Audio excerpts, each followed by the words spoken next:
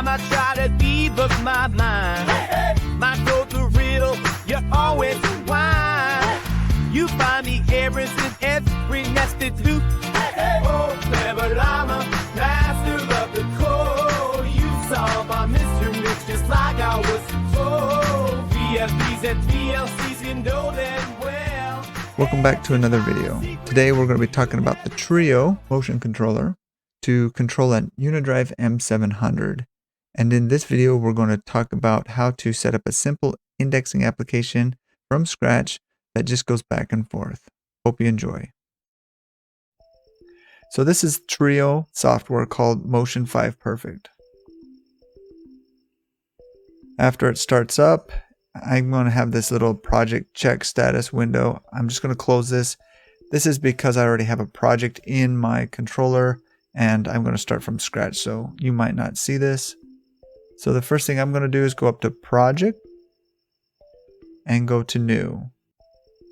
And then I'm going to select Empty Project here at the top. And that's this button right here. On the right side, you'll be able to see the type of controller I have. And if we were offline and not actually connected to a controller, you could expand this and possibly see all the rest of the controller options. But because we're already connected to the controller, it's just showing you the controller we're connected to.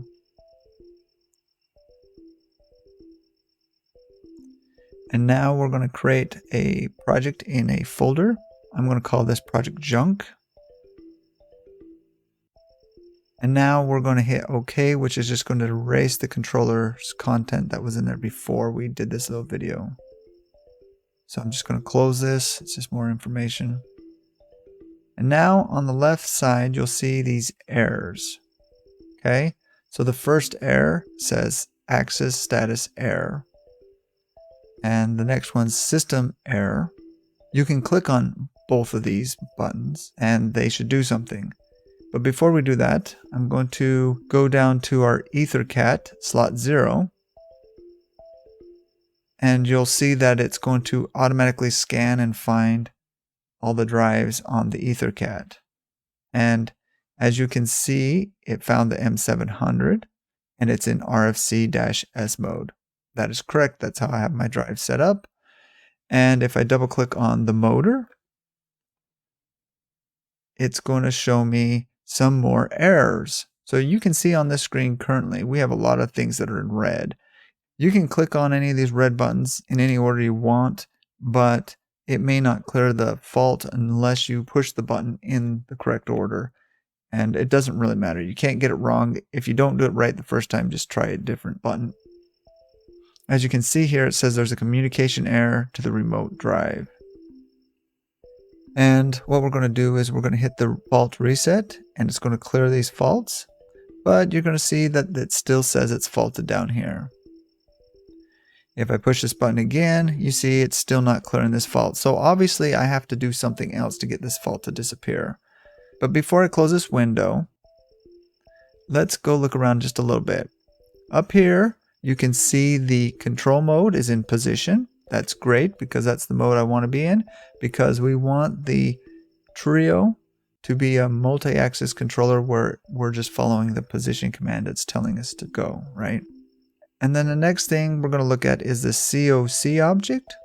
If we click on that, you can see right here there's several pieces of information that it's pulling out of the drive right now. So even though we have an error message, there is actually live data happening and it's showing us the position value of the motor. Okay, so I'm going to click on axis status error and you're going to see it's going to reset drive faults, but it didn't actually reset the drive faults. That's okay. We're just going to go down to the next button and push this button here. We're just going to hit the clear error button. Okay. And you can see now that we hit that clear error, the system says it's okay. So the last thing to do is actually hit the reset MC.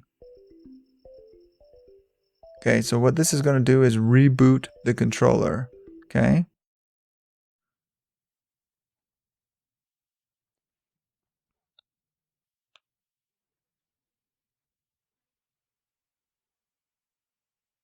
Now the multi-axis controller has rebooted, and we can see on the left side it shows a picture of the multi-axis controller, and on the right side it shows a folder with the data, and it's kind of got some arrows pointing together, and it's basically what it's saying, it's not aligned up, right? So we're going to delete this project data.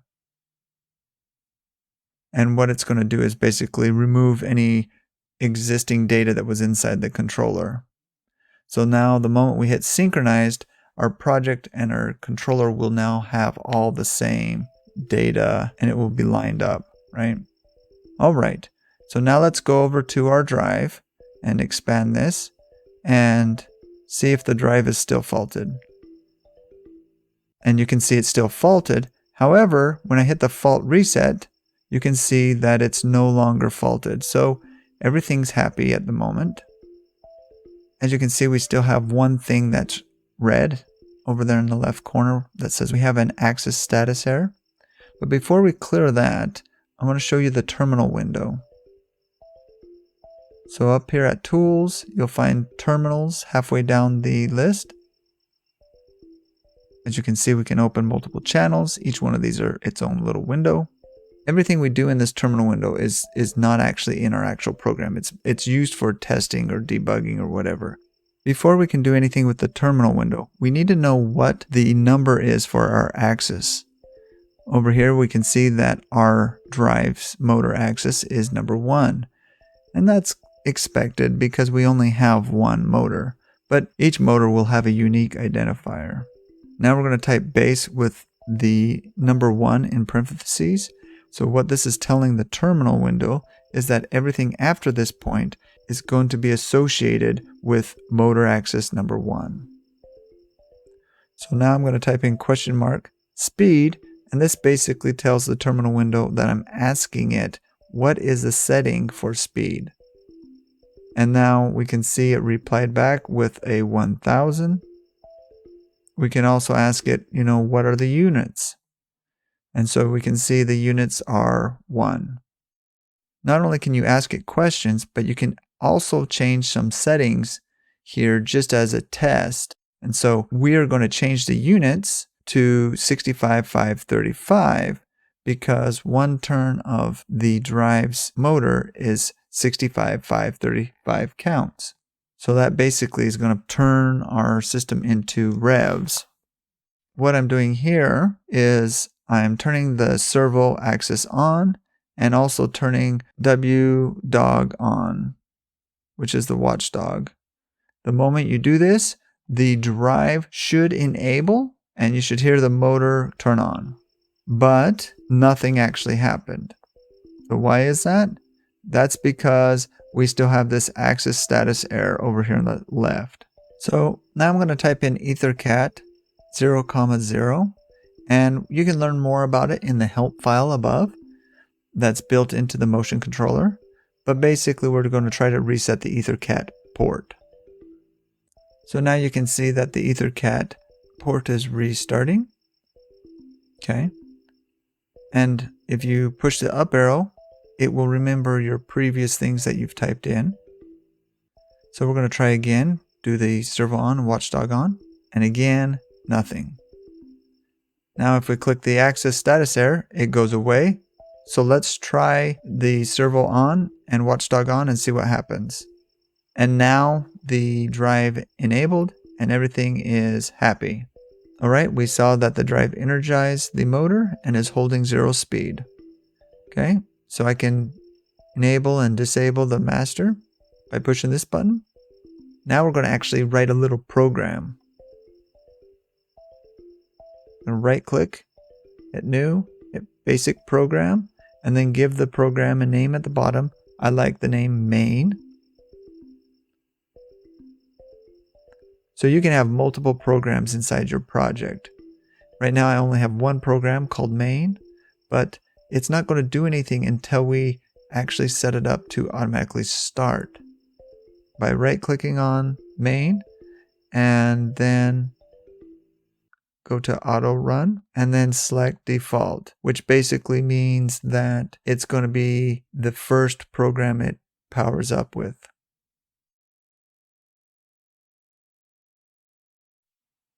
And now you can see to the right side of that checkbox on the program called main, there's a -1. That represents default. Okay?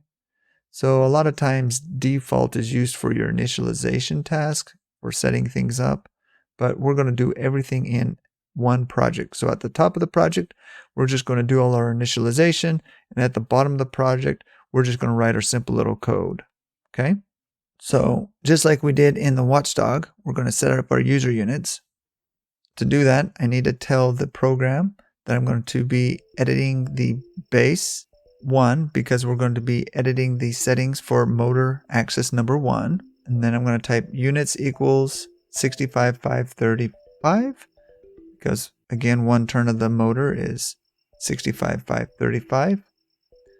Then I'm going to set my speed to 100. The value of 100 actually means 100 revs per second. And the reason it means 100 revs per second is because my units are set to 65,535, which is the number of counts per 1 turn of my motor. That's pretty fast, so I actually need to do something smaller than 100. So now we have it set to 10, which is revs per second, or 10 revs per second. And the speed does support floating points, so you can call out decimal places. So now we've set up our axis. We're going to write our main piece of code. So the way I'm going to do this is I'm just going to make a jump statement. So it'll just keep looping forever.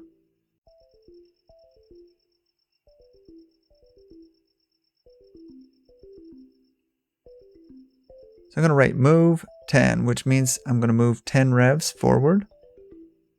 So now I'm going to type wait idle. So what it's going to basically do is stop the program at this point and wait until all of the motions above it are complete. So in other words, when that move 10 revs is done, it's going to automatically fall below this line of code. That's what idle does. So when the motion controller becomes idle, it's going to fall through. Now, this would be a very bad command to use if you're doing a jog or something like that, right? So instead of doing a wait until idle, you would do a wait until. So what a wait until does is you get to set it up to keep going until something happens. Let me show you. All right, so right here, I have written wait until input 2, but you could also wait until other things like mpause. Mpause is measured position. So this program can also support if statements. And if you start typing if over there on the left side, you'll see it'll tell you how to write the syntax, which is kind of nice. You can come up to help and you can find all sorts of good pieces of information. And in here you can see the syntax of how you're supposed to write the if statement. And you can also see at the bottom some examples, which is pretty nice. Okay, I'm going to copy paste this and do the exact same move, but in reverse. So we're going to go forward 10 revs and then backwards 10 revs. Okay, so a move is an incremental index and move ABS would be an absolute index. So for example, you would type it as move ABS. So here's our whole program. So let's test and see if it works. So we're going to hit the compile. And then all of a sudden, we got a system error. Why is that? Well, remember in Motion Perfect, when we compile and stuff, it updates the controller. There's not like a download that you normally used to with the PLC. And you can see all over the place, there's all this red stuff where it's all tripped and stuff. And the question is why is it mad? Why is it upset? So the first thing we forgot to do is we forgot to actually start the drive. And so I need to add some code before the start. Remember in our terminal, I use this thing called servo on and watchdog on. Well, how can the drive move if you haven't enabled the drive? Now I'm going to compile it. So I'm going to reset my errors.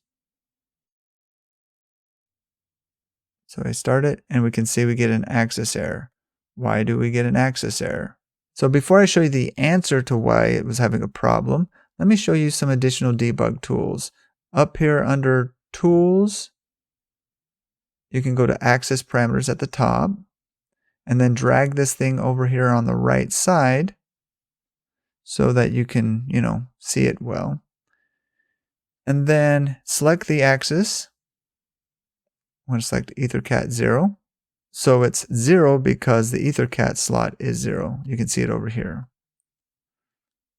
Now that I've added it to the list, it will now populate all this good information like your units, your P gains, your accelerations, and you can actually see that the system is moving.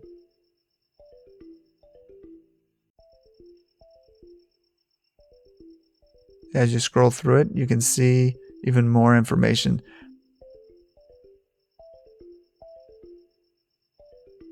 So here you can see your DPOS and MPOS and your remainder, which is basically your following error.